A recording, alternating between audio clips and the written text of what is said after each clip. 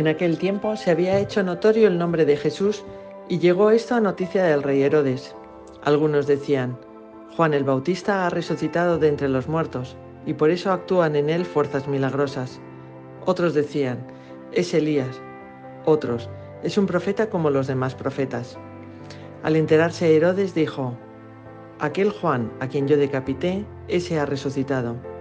Es que Herodes era el que había enviado a prender a Juan y le había encadenado en la cárcel por causa de Herodías, la mujer de su hermano Filipo, con quien Herodes se había casado, porque Juan decía a Herodes: no te está permitido tener la mujer de tu hermano. Herodías le aborrecía y quería matarle, pero no podía, pues Herodes temía a Juan, sabiendo que era hombre justo y santo, y le protegía, y al oírle quedaba muy perplejo y le escuchaba con gusto. Y llegó el día oportuno, cuando Herodes en su cumpleaños dio un banquete a sus magnates, a los tribunos y a los principales de Galilea. Entró la hija de la misma Herodías, danzó y gustó mucho a Herodes y a los comensales. El rey entonces dijo a la muchacha: pídeme lo que quieras y te lo daré. Y le juró: te daré lo que me pidas, hasta la mitad de mi reino. Salió la muchacha y preguntó a su madre: ¿qué voy a pedir? Y ella le dijo: la cabeza de Juan el Bautista. Entrando al punto apresuradamente a donde estaba el rey, le pidió: quiero que ahora mismo me des en una bandeja la cabeza de Juan el Bautista. El rey se llenó de tristeza, pero no quiso desairarla a causa del juramento y de los comensales, y al instante mandó el rey a uno de su guardia, con orden de traerle la cabeza de Juan. Se fue y le decapitó en la cárcel, y trajo su cabeza en una bandeja, y se la dio a la muchacha, y la muchacha se la dio a su madre. Al enterarse sus discípulos, vinieron a recoger el cadáver y le dieron sepultura. Palabra de Dios.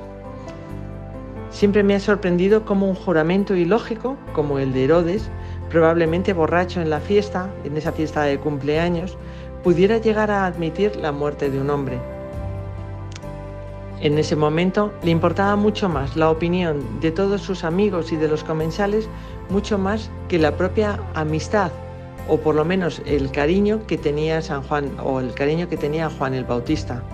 Simplemente lo único que hizo fue no ceder ante la locura de esa palabra mal hecha, ese juramento que en un momento determinado, seguramente por causa de la borrachera, fue capaz de decir o de pronunciar, y lo único que hizo fue ejecutarlo. También se nos dice que la chica que danzaba era hija de Herodías, pero no dice que fuera su sobrina, con lo cual tampoco tenía con ella ningún lazo de sangre. Podía en algún momento, si le hubiera entrado un poco de luz en su cabeza y le importara más el bien y no el mal que iba a cometer, podía haber simplemente dicho luego hablamos o alguna cosa así, pero simplemente lo único que hizo fue darle lo que ella quería, que era la cabeza de Juan el Bautista.